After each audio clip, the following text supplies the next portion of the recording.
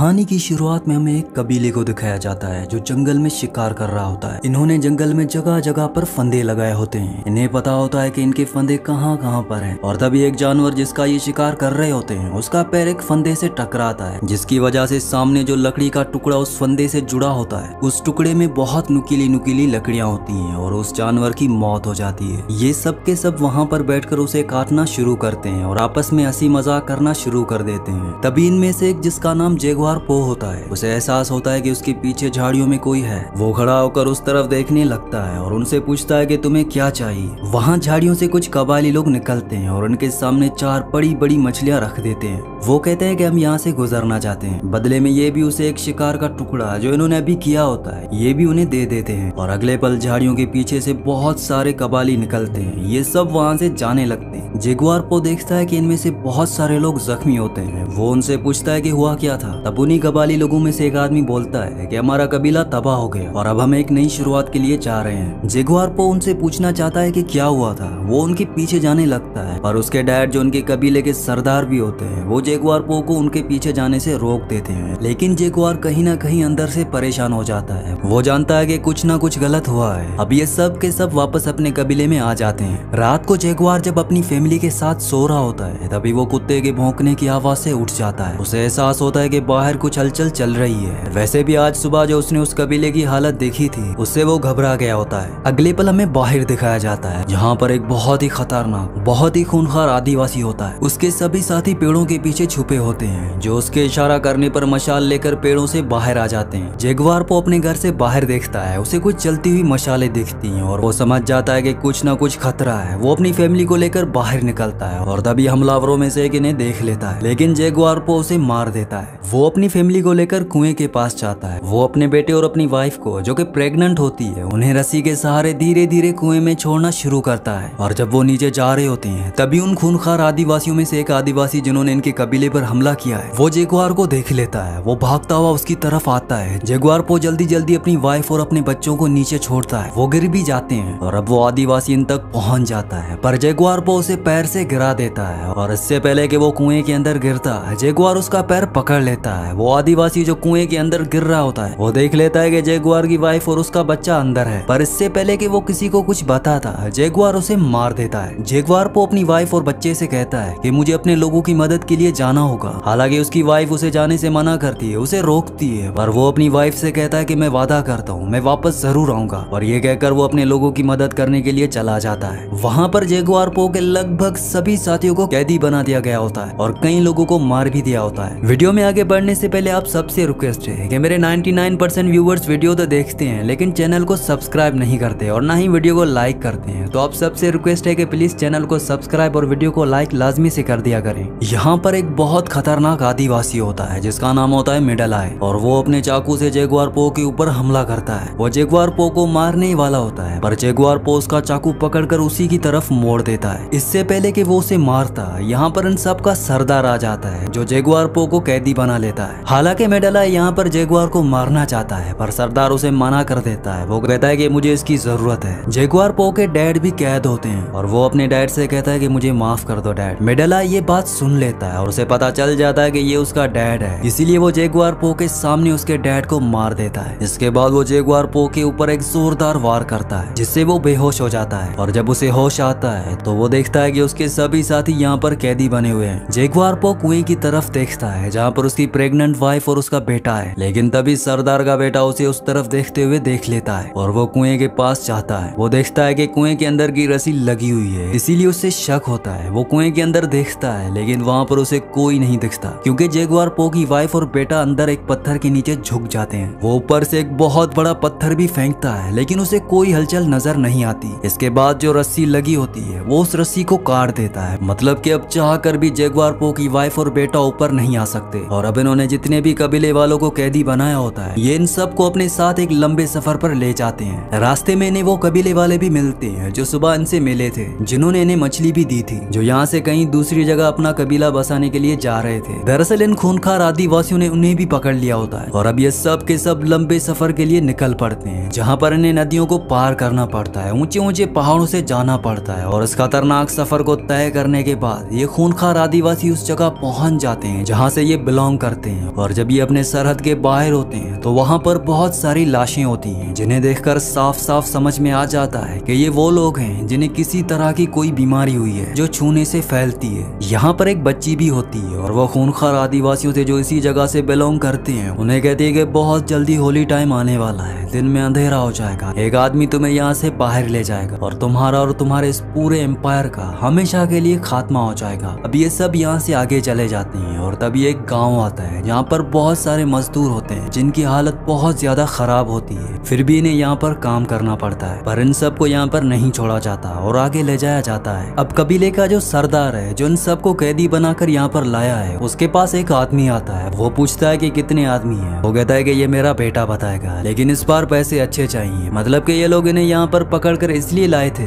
कि इन्हें बेच सकें। यहाँ पर इंसानों को बेचा जाता है, इनके साथ जो कैदी औरतें होती हैं उनकी बोली लगाई जाती है और आदमियों को यहाँ से आगे ले जाया जाता है जहाँ पर बहुत भीड़ होती है। दरअसल पुराने बिलीफ्स के चलते यहाँ पर इंसानों को मारा जा रहा होता है और अब जेगुआर पो को मारने के लिए ले जाया जाता है। दरअसल ये अपने गॉड को खुश करने की बात कर रहे होते हैं, पर इससे पहले कि वो जेगुआर पो को मार दे तभी सूरज ग्रहण हो जाता है, चारों तरफ अंधेरा हो जाता है और यहाँ पर सब रुककर प्रे करने लगते हैं। सूरज ग्रहण छूटने के बाद इन सबको एक दूसरी जगह ले जाया जाता है जो कि एक लंबा सा ग्राउंड होता है और उसकी दूसरी तरफ झाड़ियां होती हैं। इन सबको बोला जाता है कि तुम भागो और अपने जंगल में चले जाओ। यहाँ पर सरदार जो इन सब लोगों को कैदी बनाकर लाया है उसका बेटा भी होता है। उसका बेटा झाड़ियों के पास चला जाता है और इन्हें एक एक करके भगाया जाता है। पीछे से लोग इनके ऊपर तीर फेंकते हैं, इनके ऊपर अलग अलग हथियार फेंकते हैं ताकि इन्हें मार दें। इनके कई साथी मारे जाते हैं और अब जेगुआर पो और उसके साथ दूसरा उसका साथी भागते हैं। जेगुआर पो के साथी को तीर लग जाता है और उसकी वहीं पर ही मौत हो जाती है। जेगुआर पो को भी तीर लग जाता है जो उसकी आर पार हो जाता है, पर वो मरा नहीं होता, वो जिंदा होता है। यहाँ पर जो कबीले के सरदार का बेटा होता है वो जेगुआर पो को मारने के लिए आता है, पर इससे पहले कि वो उसे मारता तभी वहीं पर एक जख्मी आदमी होता है जो उसे गिरा देता है। कबीले के सरदार का बेटा उसे मार देता है। इसके बाद वो चाकू निकालकर जेगुआर को मारने के लिए आता है, पर इससे पहले कि वो उसे मारता जेगुआर को जो तीर लगा था उसने उसकी नोक तोड़ ली थी और वो उसे उसके गले को चीर देता है और जेगुआर यहाँ से झाड़ियों में भाग जाता है। दरअसल ये खूनखार आदिवासी जेगुआर पो और उसके कबीले वालों को सिर्फ अपनी प्रैक्टिस के लिए मार रहे होते हैं। यहाँ से जेगुआर भाग जाता है, वो जख्मी भी होता है और भागते भागते वो गिरे हुए पेड़ पर जो ऊपर जा रहा होता है वहाँ पर चढ़ जाता है। दूसरी तरफ कबीले के सरदार का बेटा मर चुका होता है जिसे वो पूरी तरह से टूट जाता है। उसे बहुत गुस्सा आता है और वो किसी भी तरह से जेगुआर पो को खत्म करना चाहता है, इसीलिए वो अपने साथियों के साथ जेगुआर का पीछा करना शुरू करता है। ये सब के सब उस पेड़ के नीचे से गुजरते हैं जिसके ऊपर जेगुआर पो है, लेकिन ये उसे नहीं देख पाते और कुछ ही दूर जाने के बाद कबीले का सरदार अपने एक आदमी के कंधे पर देखता है कि खून होता है जो कि उसका नहीं होता। वो समझ जाता है कि ये जेगुआर का खून है जो किसी पेड़ के ऊपर है, इसीलिए सब के सब वापस जेगुआर को ढूंढने के लिए आते हैं। वहीं जिस पेड़ के ऊपर जेगुआर होता है वो देखता है कि वहाँ पर एक जेगुआर मतलब के जानवर का बच्चा है और तभी वहाँ पर उसकी माँ भी आ जाती है। जेगुआर उस तरफ भागना शुरू करता है जिस तरफ वो कबीले वाले गए होते हैं और वो भी जेगुआर की तरफ आ रहे होते हैं। अब जेगुआर पूरी तेजी से भाग रहा होता है और उसके पीछे खूनखार जानवर है, लेकिन इससे पहले कि वो जानवर जेगुआर को पकड़ता तभी उसके और जानवर के बीच में एक कबीले वाला जो जेगुआर को मारना चाहता है वो आ जाता है और वो जानवर उसे मार देता है। जेगुआर यहाँ से निकल जाता है, लेकिन अब भी कबीले वाले उसका लगातार पीछा कर रहे होते हैं और एक जगह रास्ता खत्म हो जाता है। दरअसल ये एक बहुत ऊंचा झरना होता है और यहाँ से कूदने का मतलब शायद मौत है, लेकिन उसके पीछे भी मौत होती है, इसीलिए जेगुआर वहाँ से कूद जाता है। उसकी किस्मत अच्छी होती है, वो बच जाता है और किनारे तक पहुँच जाता है और जब वो ऊपर देखता है तो वहाँ पर कबीले का सरदार और उसके बहुत सारे आदमी उसे देख रहे होते हैं। जेगुआर पो अब इन सबको ललकारता है क्योंकि वो अपने जंगल में आ चुका है जहाँ पर वो शिकार किया करता था। वो कहता है कि मेरे दादा ने यहाँ पर शिकार किया था, मेरे बाप ने यहाँ पर शिकार किया था, मैंने भी यहाँ पर शिकार किया था और मेरे बच्चे भी यहाँ पर शिकार करेंगे, अगर हिम्मत है तो आ जाओ। ऊपर कबीले के सरदार के साथ एक आदमी होता है, वो कहता है कि हमें इसके पीछे नहीं जाना चाहिए, हमें वापस चले जाना चाहिए। दरअसल उसे उस बच्ची की प्रिडिक्शन भी याद आती है जिसने कहा था कि तुम सबका खात्मा होगा, एक आदमी आएगा जो तुम्हें यहाँ से बाहर जंगल में ले जाएगा और उसके बाद तुम कभी भी वापस नहीं आओगे। सरदार उसे चाकू मार देता है, मतलब कि वो अपने आदमी को मार देता है। इसके बाद ये खूनखार आदिवासी एक एक करके ऊपर से कूदते हैं, इसमें इनके एक आदमी की मौत भी हो जाती है पर बाकी बचकर किनारे पर आ जाते हैं। जेगुआर पो आगे भाग रहा होता है और वो एक दलदल में गिर जाता है वो किसी तरह से उस दलदल से निकलता है। उसके पूरे जिस्म पर कीचड़ लगा होता है और तभी उसका दिमाग पूरी तरह से सुन्न हो जाता है। वो कहता है कि मैं जगुआर पो हूँ, ये जंगल मेरा है और मुझे यहाँ से कोई नहीं भगा सकता, मैं किसी से नहीं डरता। इसके बाद जब वो आदिवासी उसके पीछे आते हैं तो वो अलग अलग तरीके इस्तेमाल करके एक एक करके सबको मारना शुरू कर देता है। सबसे पहले वो उनके ऊपर मधुमक्खियां छोड़ता है, इसके बाद वो मेंढक के जहर से एक आदमी को मार देता है और तभी उसके सामने वो आदमी आ जाता है जिसने उसके बाप को मारा था, मतलब के मेंढलाय। जगुआर पो देखता है कि बीच में एक हथियार पड़ा होता है और मेंढलाय उसकी तरफ भागता है और वो भी उसकी तरफ भागता है और जब वो हथियार तक पहुंच जाता है तो वो अपने घुटने के बल घिसड़ता हुआ उस हथियार को उठा लेता है। मेंढलाय अपने वार से चूक जाता है पर जगुआर अपने वार से नहीं चूकता और वो उसे मार देता है। तभी यहाँ पर बारिश होना शुरू हो जाती है और जगुआर पो की बीवी और बच्चा कुएं के अंदर है। कुएं में लगातार पानी भर रहा होता है। उसकी वाइफ को अब यहाँ पर दर्द भी शुरू हो जाता है, मतलब कि उसकी कभी भी डिलीवरी हो सकती है। जगुआर भागता हुआ कुएं तक पहुंच जाता है। उसकी वाइफ और उसका बच्चा बोलता है कि हमें बाहर निकालो और उसके पीछे अभी भी बच्चे हुए 3 आदिवासी आ रहे होते हैं। उन तीनों में से 2 आदिवासी कुएं पर रुक जाते हैं क्योंकि वो देखना चाहते हैं कि कुएं के अंदर कौन है। ये उसके बीवी बच्चों को देख लेते हैं और कबीले का सरदार सबसे खतरनाक है। वो जगुआर के पीछे भागता है और जगुआर भागते भागते एक जगह रुक जाता है। दरअसल उसने कुछ देख लिया होता है। वहाँ पर कबीले का सरदार पहुंच जाता है। जगुआर पो ने उसके बेटे को मारा है, इसीलिए वो दूर से तीर मारता है जो उसके दिल से थोड़ा सा ऊपर लगता है। जगुआर पो जख्मी है और वो खड़ा होकर अब कबीले के सरदार को चैलेंज करता है। कबीले का सरदार अपना तीर कमान नीचे फेंक देता है। वो अपना चाकू निकालता है और जगुआर की तरफ भागना शुरू कर देता है और तभी उसका पैर किसी चीज से टकराता है। दरअसल यहाँ पर फंदा होता है, वो फंदा जो जगुआर पो और उसके कबीले वाले जानवरों को मारने के लिए लगा देते थे। जिस तरह से इस कहानी की शुरुआत में इन्होंने एक जानवर को मारा था और जैसे ही उसका पैर उस फंदे से टकराता है तब सामने से बहुत बड़ी लकड़ी जिसमें बहुत नुकीली नुकीली लकड़ियां होती हैं उसे टकराती है और वो सारी लकड़ियां उसके बॉडी के आर पार हो जाती हैं और इस तरह से उसकी मौत हो जाती है। पर जगुआर को यहाँ से भागना पड़ता है क्योंकि बचे हुए 2 आदिवासी उसकी तरफ आ रहे हैं। वहीं कुएं के अंदर दिखाया जाता है कि लगातार पानी भर रहा होता है और उस पानी में जगुआर की वाइफ एक बच्चे को जन्म देती है। जगुआर भागते भागते समंदर के किनारे रुक जाता है और हैरानी से समंदर की तरफ देखने लगता है। अब वो आदिवासी जो जगुआर को मारना चाहते हैं वो भी यहाँ पर पहुंच जाते हैं पर वो उसे नहीं मारते।